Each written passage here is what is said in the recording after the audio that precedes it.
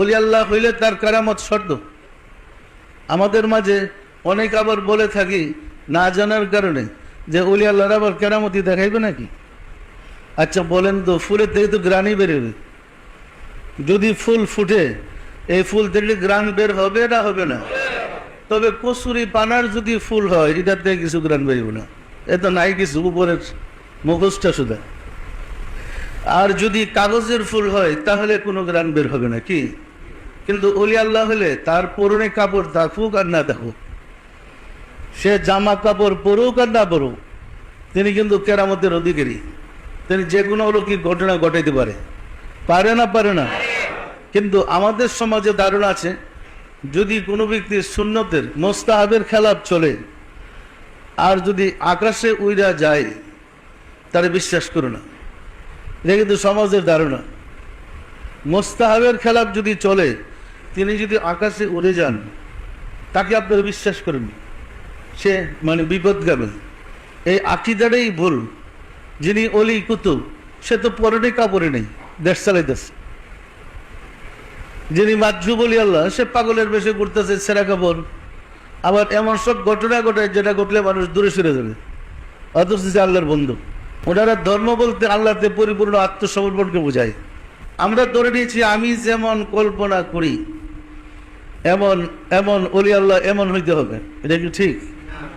অলি আল্লাহ কি আমার ইচ্ছা অনুযায়ী হবে না আল্লাহর ইচ্ছা অনুযায়ী হবে?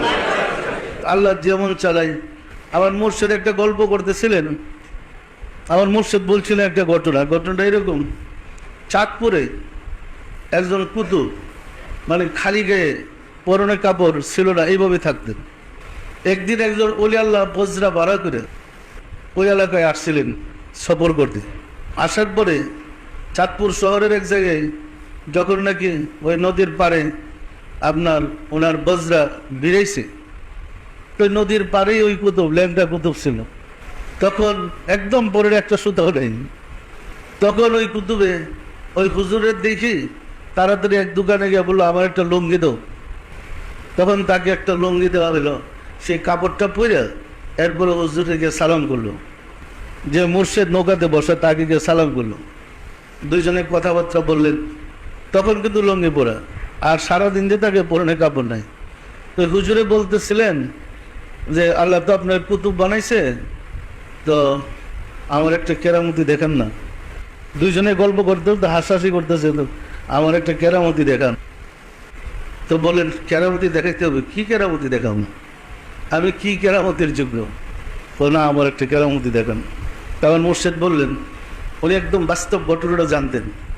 বললেন যে ওই নৌকার সয়ের ভিতরে বসে, তো বজরার সয়ের ভিতরে বসে, তো দুইটা হাত এরকম করে হুজুরের সামনে এরকম করে হাত ট্রেই করছে, পরে নৌকার সয়া কি বুঝেন আপনারা?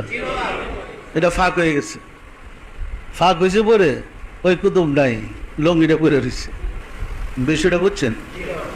বললেন যে ওই ওলি আল্লাহ প্রায় 1 ঘন্টা পর্যন্ত কাঁদতেছিলেন যে কি লোক আমার সাথে দেখা করে গেল, আমি তারা ছেড়ে দিলাম। অথচ সে উলঙ্গ শহরে ঘুরে বেড়াইতেছে। কি এবারে কি মুস্তাহাবের খেলাফ তো কি ফরজ তরক করে ঘুরতেছে, এমনকি তারা কি নাজায়েজ বলবো নাকি?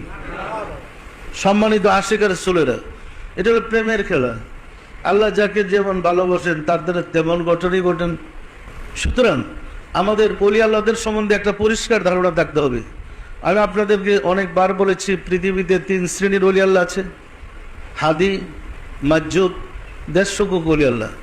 হাদি যারা আছেন ওনারা শিক্ষকতার কাজ করেন, হেদায়েত করেন মানুষকে। ওনারা শরীয়তের বিধিবিধান পালন করে চলেন।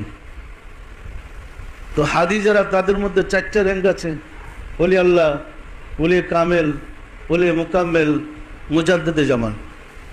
ওনাদের কাছে কোর্স করেই আরও 3 শ্রেণীর ওলি আল্লাহ হয়। এক শ্রেণীর হয় যারা হাদি, হেদায়েত করবেন। আরেক শ্রেণীর হয় যারা মাজুব, আল্লাহর ইশকে দেওয়ানা।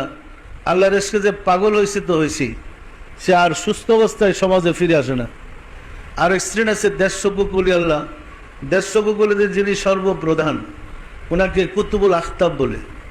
ওনার অধীনে 2 জন গাউস থাকেন, ওনার অধীনে 4 জন আওতাদ থাকেন, ওনাদের অধীনে 7 জন আবদাল থাকেন, ওনাদের অধীনে 70 জন আখিয়ার থাকেন, ওনাদের অধীনে 300 নজিব নৌকাবা থাকেন, ওনাদের অধীনে অসংখ্য কুতুব থাকেন।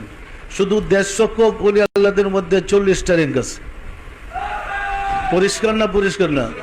ওনারা কিন্তু খোদার সৈনিক। এরাই আপনাদের ভূমিকম্প দেয়, এরাই বৃষ্টি দেয়, এরাই জলোচ্ছ্বাস ঘটায়, এরাই মহাপ্রলয় অ্যাক্সিডেন্ট ঘটায়। এটা তাদেরই কাজ। আল্লাহর তরফ থেকে আল্লাহর নির্দেশে তারা কাজ করেন।